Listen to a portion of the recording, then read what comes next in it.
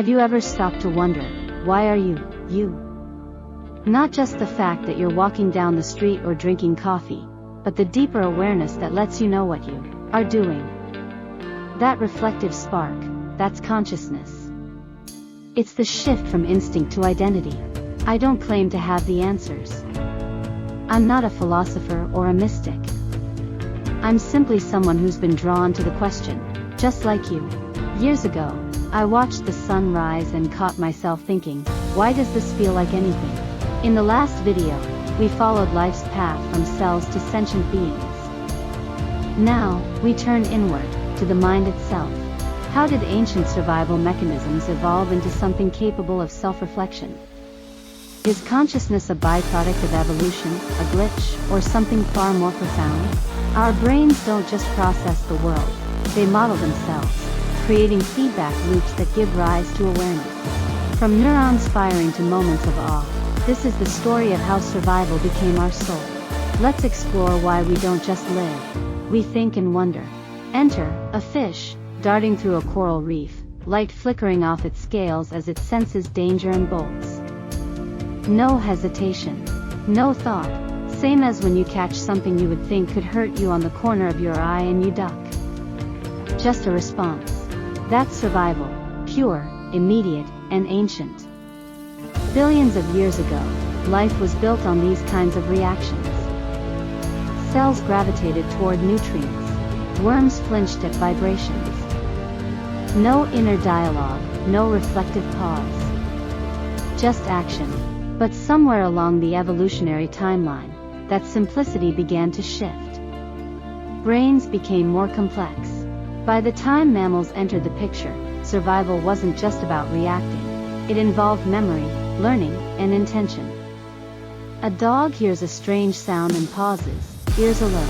It's calculating, reading the moment.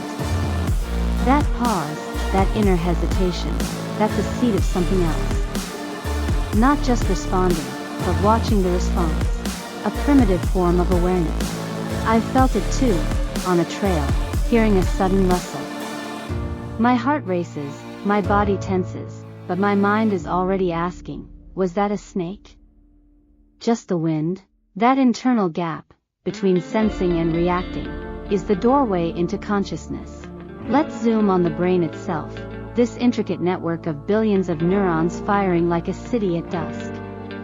But it's not just a machine, it's a storyteller. It doesn't wait for reality, it predicts it. Predictive processing, your perception is not built from raw input, it's shaped by guesses, and then we adjust later.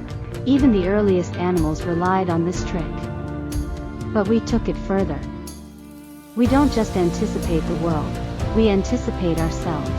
And that, perhaps, is where consciousness begins, not in sensing danger, but in sensing the one who senses it. Here's where things start to deepen. The human brain doesn't stop at mapping external reality, it turns inward. It models us. It monitors hunger, fatigue, fear, not just as sensations, but as experiences tied to an identity. Think of a wolf stalking prey. It knows when to hold back, when it's too tired to sprint. That's a rough sketch of self-awareness, a system assessing its own condition. Fast forward to us, and that self-model becomes exponentially more complex. We don't just feel hungry, we question our cravings. We don't just react to fear, we analyze it, trace it, sometimes even judge it. I've had moments, late at night, lying in bed, where a worry spirals, and I suddenly catch myself asking, why am I even worrying? Who is this me that's doing the worrying? That kind of internal reflection marks a significant leap. Science has started to map this capacity. Brain imaging shows neural loops where sensory input is integrated, processed, and mirrored back as a kind of self-portrait. It's not some mystical force, it's structure, born of evolution, designed to help us survive more effectively in a world full of uncertainty. So why does consciousness exist at all? The answer might still lie in survival. A fish that accurately guesses where a predator is, might live another day. A human who senses subtle emotional cues, reflects on past mistakes, and adjusts their behavior, might avoid conflict. maintain relationships, or better plan for the future. Our ancestors had to make decisions with limited information. Is that rustle in the grass the wind, or is it something more dangerous? The sharper the guess, the better the outcome. Over time, the brain didn't just guess what was out there. It started to guess what was in here. And from that recursive loop, self-modeling the self, consciousness emerged. But here's the deeper question. Is this self-awareness just a clever survival tool, or does it hint at something more? Something fundamental about the universe that we've only just begun to perceive? That mystery, that lingering question, isn't just theoretical. It's personal. It's what makes you stop mid-thought, mid-step, and ask, why am I aware of this at all?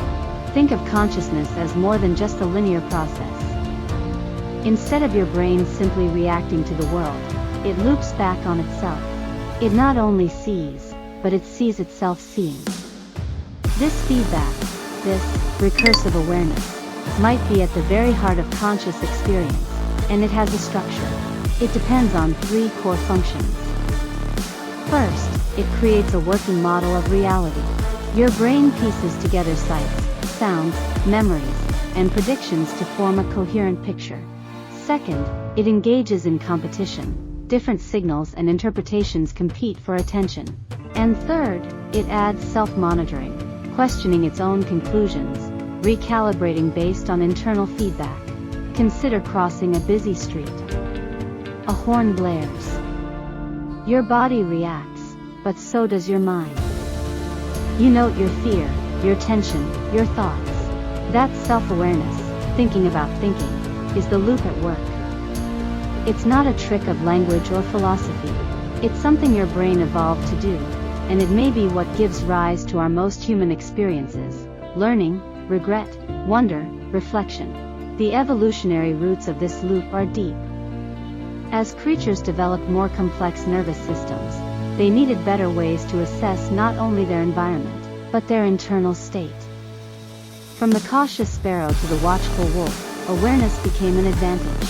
And in us, it flourished, not just as a tool for survival, but as a lens for introspection. This shift, from reacting to reflecting, may be the most significant leap life has ever taken.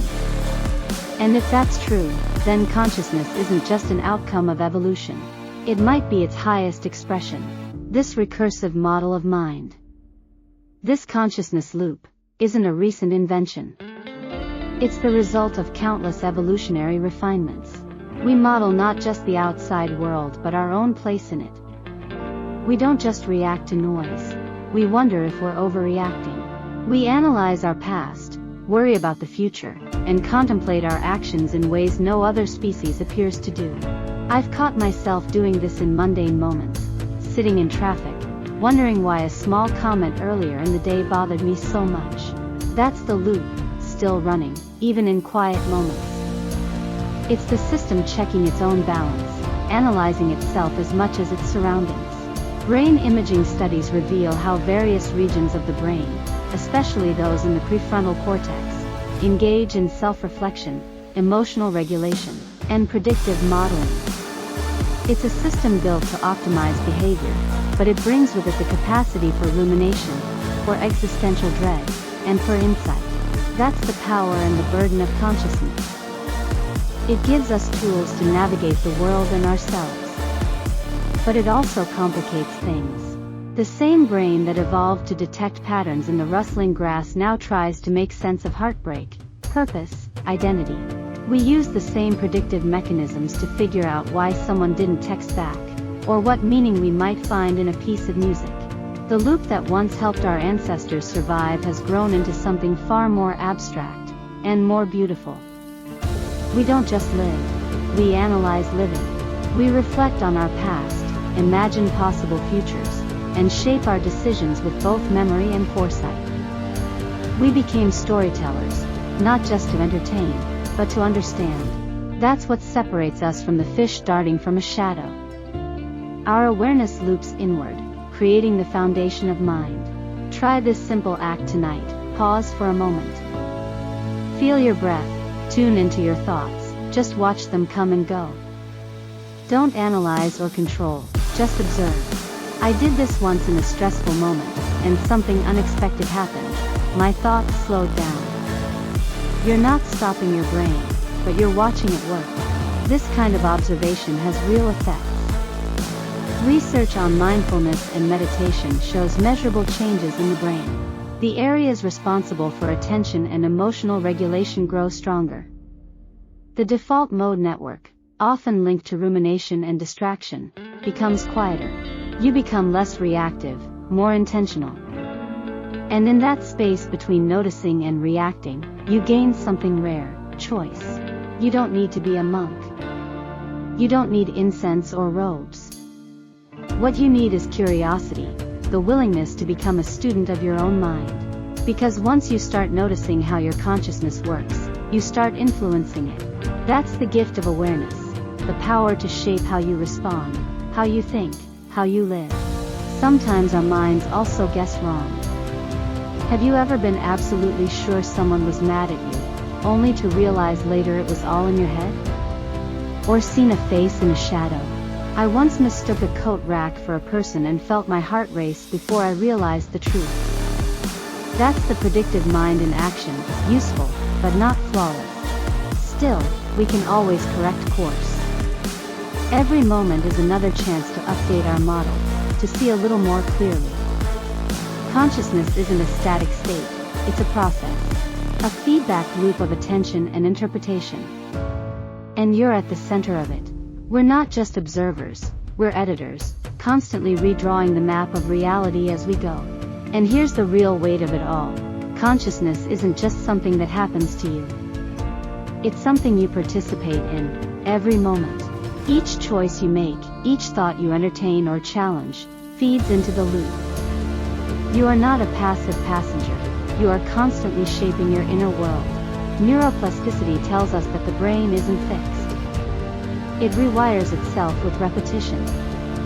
New habits, new thoughts, new ways of reacting, they all leave a mark. The same spark that pushed the first fish to swim or the first mammal to take shelter, that same impulse to survive, now pushes us to grow, to connect, to understand. And it's not separate from the stars or the sea.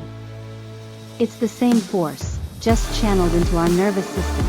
You just need to be present, to wonder, to notice, to shift the frame even slightly. One thought can start a ripple.